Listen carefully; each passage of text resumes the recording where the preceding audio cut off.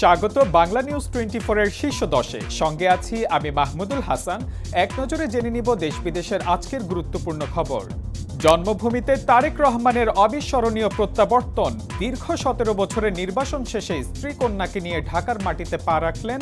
বিমানবন্দরে দলের মহাসচিব সহ শীর্ষ নেতাদের অভ্যর্থনা। নিরাপত্তা সহ সার্বিক ব্যবস্থাপনায় সন্তুষ্ট তারেক রহমান। প্রধান উপদেষ্টার প্রতি কৃতজ্ঞতা প্রকাশ। স্বদেশ প্রত্যাবর্তনকে স্বাগত জানিয়ে জামায়াত এনসিপি সহ বিশিষ্টজনদের শুভেচ্ছা বার্তা। তারেক রহমানের স্বদেশ প্রত্যাবর্তনকে ঘিরে দলের নেতাকর্মীদের স্মরণকালের বৃহৎ সংবর্ধনা। বিমানবন্দর থেকে 300 ফিট পর্যন্ত সড়কের দুপাশে দাঁড়ানো নেতাকর্মী ও জনসাধারণের সাথে তারেক রহমানের শুভেচ্ছা বিনিময়।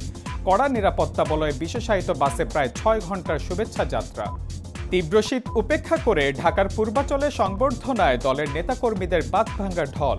অভূতপূর্ব সংবর্ধনায় দেশবাসীর প্রতি কৃতজ্ঞতা জানিয়ে সকলকে নিয়ে নিরাপদ দেশ গড়ার প্রত্যয় তারেক রহমানের। সব বাধা পেরিয়ে এভার কেয়ারে মা বেগম খালেদা জিয়ার পাশে তারেক রহমান। খোঁজ নিলেন চিকিৎসার সার্বিক অবস্থার। সাক্ষাৎ শেষে সপরিবারে ফিরছেন গুলশানে মায়ের বাসা ফিরোজার পাশে নতুন ঠিকানায়। বাসভবন ঘিরে কড়া নিরাপত্তা ব্যবস্থা। উৎসব আমেজের মধ্যে পালিত হচ্ছে খ্রিস্ট ধর্মাবলম্বীদের সবচেয়ে বড় ধর্মীয় উৎসব বড়দিন। সুখী, সমৃদ্ধ ও অসাম্প্রদায়িক বাংলাদেশ গড়ার প্রত্যয় জানিয়ে বড়দিন উপলক্ষে রাষ্ট্রপতি ও প্রধান উপদেষ্টার বার্তা। জোট বাঁধতে যাচ্ছে জামায়াত এনসিপি। আসন সমঝোতার আলোচনা চলছে বলে জানিয়েছেন জামায়াত ইসলামের নায়েবে আমির মিয়া গোলাম পরোয়ার। আলোচনা চললেও এখন পর্যন্ত চূড়ান্ত হয়নি কিছু, মন্তব্য এনসিপির সিনিয়র যুগ্ম আহ্বায়ক আরিফুল ইসলাম আদিবের। লক্ষ্মীপুরে বিএনপি নেতার ঘরে তালা দিয়ে আগুন দেওয়ার ঘটনায় বড় মেয়ে মারা যাওয়ার পর মারা গেলেন ছোট মেয়েও। জড়িতদের দৃষ্টান্তমূলক শাস্তি দাবি। নাইজেরিয়ায় মসজিদে আত্মঘাতী বোমা হামলা, নিহত 5, আহত অন্তত 35।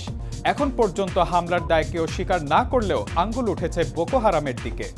এবং তেহরানে সশস্ত্র হামলায় সাবেক আফগান পুলিশ প্রধান নিহত। ঘটনার সাথে জড়িতদের ধরতে অভিযান অব্যাহত। আজ এই পর্যন্তই। সবশেষ খবর সবার আগে জানতে ভিজিট করুন বাংলা নিউজ 24 এর ওয়েবসাইট, ইউটিউব চ্যানেল এবং ফেসবুক পেজে। এতক্ষণ সাথে থাকার জন্য ধন্যবাদ।